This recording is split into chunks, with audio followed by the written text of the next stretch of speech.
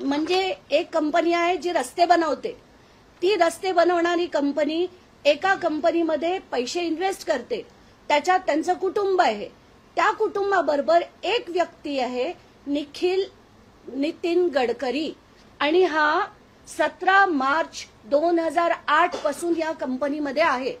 आधी त्या कंपनीचं कॅपिटल होतं 27 कोटी, म्हणजे त्याचं जे ऑथोराइज शेअर कॅपिटल होतं आणि पेड अप कॅपिटल होतं, तर पेड अप कॅपिटल त्यांचं 27 कोटी रुपये होतं।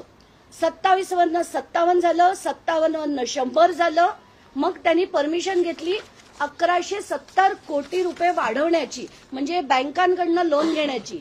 मग 100चं 150 कोटी, 150चं 200 कोटी, 200चं 250 कोटी, असं हळूहळू वाढत वाढत त्यांचं कॅपिटल 750 कोटी पर्यंत पैसे हे म्हैसकर कुटुंबाने या कंपनीमध्ये टाकले।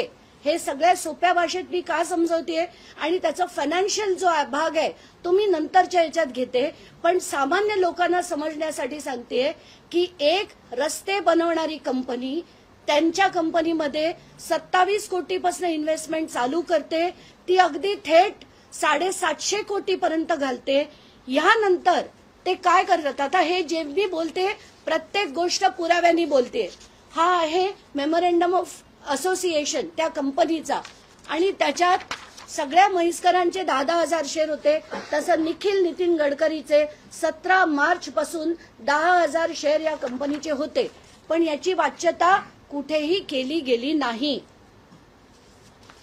आता याच्यानंतर